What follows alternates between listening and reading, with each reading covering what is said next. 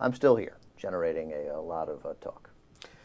You might remember 2008, Joaquin Phoenix announced that he was retiring from acting and was going to pursue a hip-hop career.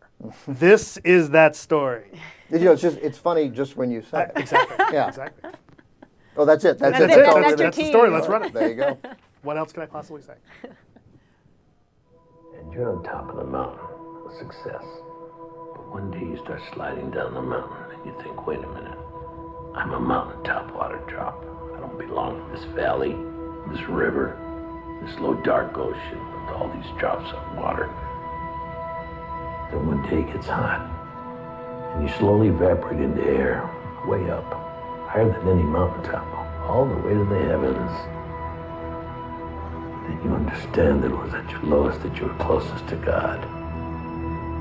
Life's a journey that goes round and round, and the end is closest to the beginning. So if it's change you need, relish the journey.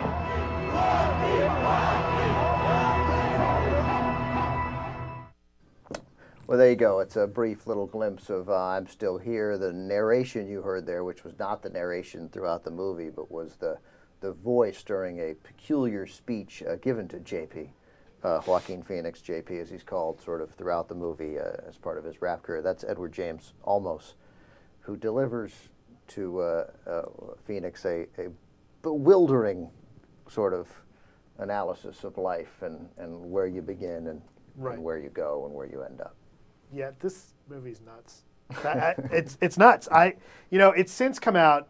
Before the movie was released, there was a lot of talk that this was a actual documentary. It was the true telling of Joaquin Phoenix's life. But then there started to be suspicion: is this kind of a hoax? Is he?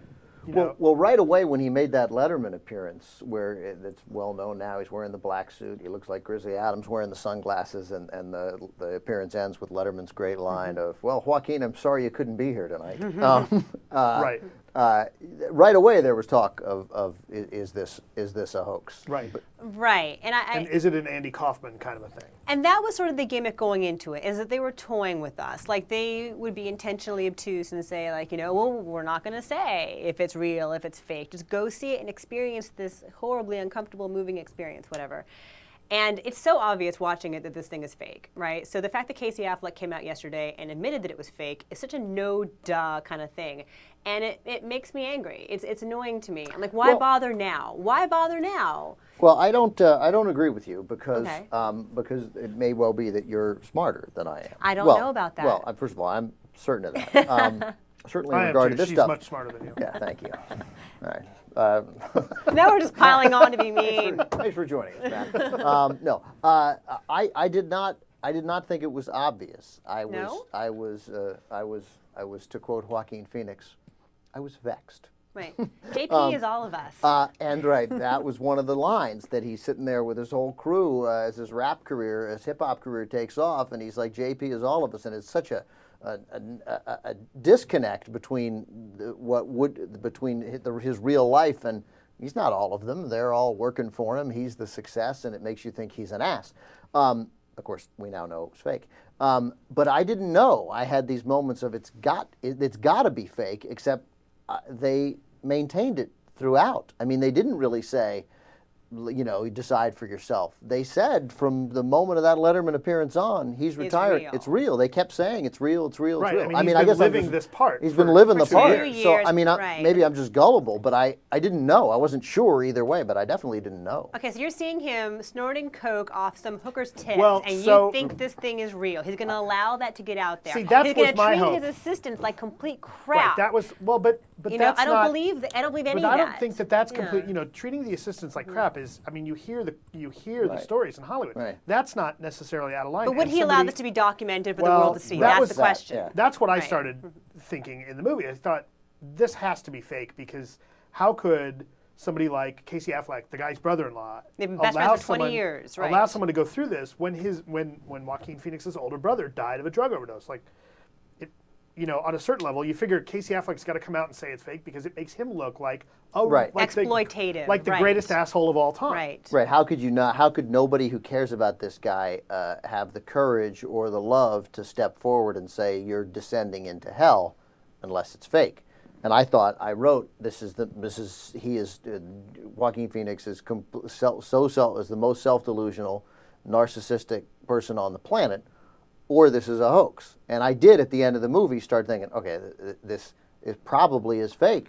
But a lot of people were fooled. I mean, not so much fooled, but were left, as I was, thinking, man, I don't know what's happening here. Roger thought it was real. Roger, I think, Right. Roger Ebert, after reading his review, I think thought the same thing that I thought, which was this is a devastating descent into self-delusion and narcissism. Or if it turns out it's fake, he put it in there, it turns out it's fake, then, like you, he's going to be pissed.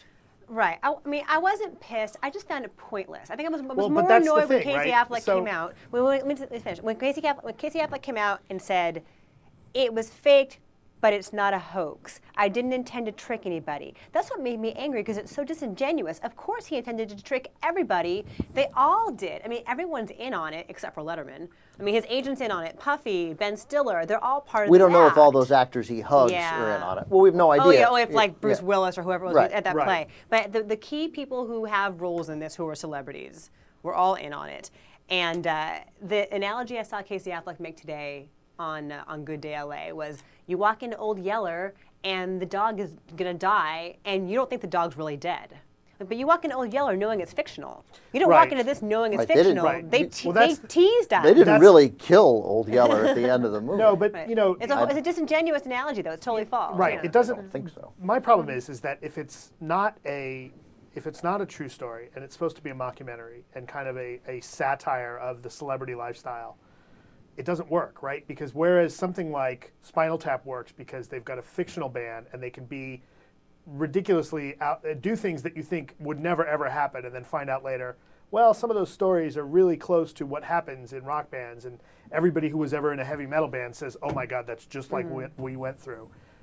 There's too much baggage with Joaquin Phoenix. You know that this is a real guy, and so the whole time you're thinking, this is just terrible. This is Yeah. how are they letting this happen to him? The mode, as he said, Casey Affleck, by the way, married to Summer Phoenix. Summer Phoenix, and they've noticed Sister that. of Joaquin. As the movie went along, the style changed again, an indication. They had multiple cameras. Yeah, they all had of a sudden, coverage all of a sudden. all of a sudden, yeah, Yeah. it seems like. And but, in the film, they're shooting on 35 millimeter.